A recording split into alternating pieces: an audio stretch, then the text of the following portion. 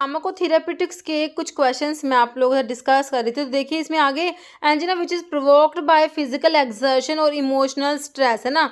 तो ऐसे एंजिना को क्या कहेंगे, which is provoked by physical exertion और इमोशनल स्ट्रेस। तो स्टेबल होता है, अनस्टेबल वेरिएंट है माइक्रोवास्कुलर, है ना। देखो अनस्टेबल वेरिएंट या प्रिजमेंटल तो एक ही बात है। तो ये आपका क्लासिकल एंजिना होता है जिसको आप स्टेबल एंजिना भी बोलते हैं। तो ऑप्शन ए करेक्ट हो जाएगा। फिर कह रहा है एंजिना अटैक आर प्रिडिक्टेबल होते हैं, अटैक प्रिडिक्टेबल अनप्रिडिक्टेबल है, सॉरी, है ना। कह रहा है अटैक्स अनप्रिडिक्टेबल होते हैं, almost always occur at rest और ड्यूरिंग स्लीप, है ना। ये वाला जो होता है आपका बच्चों वेरिएंट एंजिना होता है, ओके। और जिसके अटैक्स प्रिडिक्टेबल होते हैं वो क्लासिकल या फिर स्टेबल एंजिना होता है। वेरिएंट वाला अनस्टेबल एंजिना होता है, ओके। तो ऑप्शन डी करेक्ट हो जाएगा। कह रहे वेरिएंट एंजिना जो होता है उसको प्रिजमेंटल एंजिना भी कहते हैं, करेक्टराइज बाय इसमें अनप्रिडिक्टेबल अटैक्स आते हैं that often occur at rest during sleep, okay, caused by spasm in the coronary artery which restrict blood flow to the heart muscles. और जो स्टेबल एंजिना क्लासिकल एंजिना है वो predictable होता है, usually occur with exertion relieved with rest and medications, okay.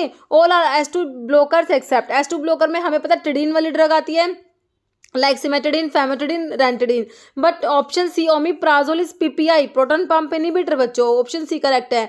According to WHO normal reference for haemoglobin level are in adult man में पूछा haemoglobin का level बच्चों आपका 13 से 18 ग्राम पर DL, ऑप्शन 1 करेक्ट हो जाएगा आपका। Sputum collection is collected in case of which disease, है ना।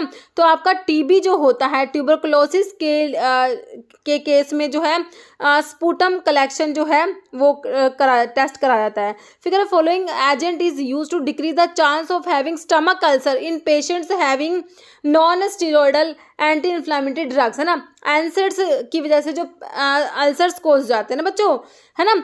तो कह रहे हैं कि NSAIDs including aspirin, this medications work by helping the stomach protect itself against acid damage and decrease the amount of acid produce by stomach. तो कौन सी medications है, सिंपली पूछ रहे हैं। एनसेड इंड्यूस्ड जो आपके अल्सर्स, पेप्टिक अल्सर होते हैं उनके लिए कौन सी ड्रग देते हैं, तो उसके लिए हमने प्रोस्टाग्लैंडिन E1 एनालॉग पढ़ा जो कि मीसोप्रोस्टोल, तुम्हें ऑप्शन बी में दे रखा है, ऑप्शन 2 में। मीसोप्रोस्टोल प्रोस्टाग्लैंडिन E1 एनालॉग होता है। स्पेसिफिक अनवांटेड इफेक्ट लीवोडोपा का, लीवोडोपा जो तुम पार्किंसंस में यूज करते हो ना, तो इसमें एबनॉर्मल मूवमेंट्स करा देता है, तो जिसको डिस्काइनेसिया बोला जाता है, ऑप्शन सी करेक्ट हो जाएगा। Following S2 receptor antagonist is most likely to cause drug interaction due to inhibition of cytochrome P450। तो साइटोक्रोम P450 को इनहिबिट करा देता है, एंजाइम इनहिबिटर होता है हमारा सिमेटिडिन जो होता है बच्चों, ऑप्शन 4 करेक्ट हो जाएगा। Cardiovascular disease is a general term used for conditions affecting the, तो इसमें देखो हार्ट और ब्लड वेसल्स दोनों अफेक्ट होते हैं, तो ऑप्शन सी करेक्ट हो जाएगा। Following is proton pump inhibitor used to reduce gastric acid secretion. तो PPI में कौन सी ड्रग आती है आपके, ऑप्शन 2 ओमिप्राजोल आपका PPI में आता है। तो इतने क्वेश्चन से मिलते हैं